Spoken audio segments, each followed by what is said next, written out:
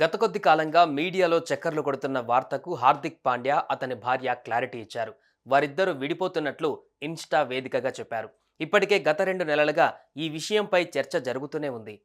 ఇవాళో రేపో విడాకుల విషయం సోషల్ మీడియాలో చెబుతారు అని అందరూ అనుకున్నట్లే వీరిద్దరూ విడిపోతున్నామని పోస్ట్ పెట్టారు.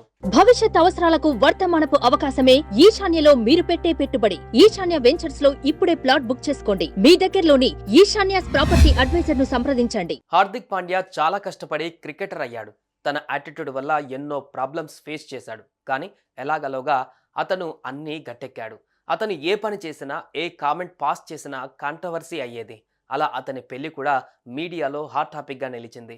అందుకు కారణం వీరి పెళ్లిలో వీరి కుమారుడు కూడా ఉండటం. ఎస్, వీరి పెళ్లికి ముందే ఓ పిల్లాడికి జన్మనిచ్చారు.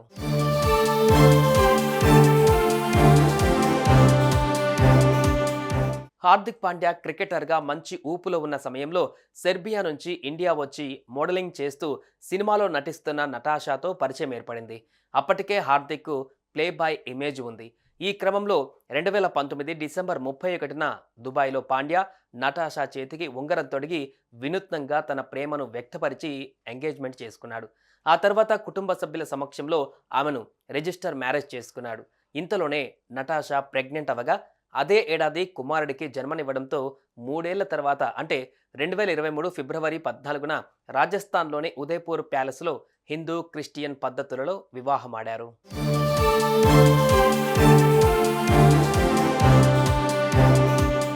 వీరి వివాహ బంధానికి 4 ఏళ్లు పూర్తవగా వీరి పెళ్లికి కుమారుడు అగత్య కూడా హాజరయ్యాడు.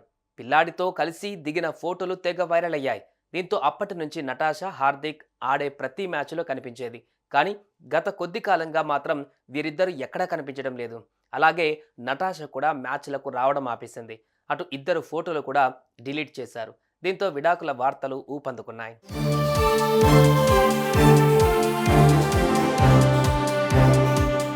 ఇక అభిమానులు అనుకున్నట్లుగానే వీరిద్దరూ విడాకులు తీసుకుంటున్నట్లు ఇన్స్టా వేదికగా చెప్పారు. 4 సంవత్సరాల పాటు కలిసి ఉన్న తర్వాత నటాషా నేను విడిపోవాలని పరస్పర అంగీకారంతో నిర్ణయించుకున్నాం. కలిసి ఉండటానికి సాధ్యమైనంతగా ప్రయత్నించాం. ఇద్దరి ప్రయోజనాల కోసం ఈ నిర్ణయం తీసుకున్నాం. ఎన్నో మధుర క్షణాల అనంతరం కుటుంబం ఏర్పడిన తర్వాత విడిపోవడం కఠిన నిర్ణయమే. అగస్త్య ఇద్దరితోనూ ఉంటాడు. అతని సంతోషం కోసం మేం తల్లిదండ్రులుగా అండగా ఉంటాం. ఈ కష్టమైన సమయంలో తమ గోప్యతకు సహకరించాలని, తమకు మద్దతు ఇవ్వాలని కోరుతున్నామని పోస్ట్ చేశారు. ఇదే పోస్టును నటాషా కూడా తన సోషల్ మీడియాలో పోస్ట్ చేసింది.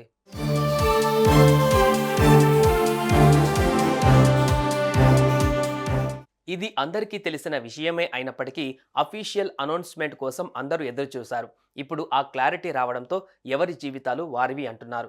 కాగా వీరి విడాకులకు మాత్రం కారణం ఇప్పటి వరకు తెలియదు.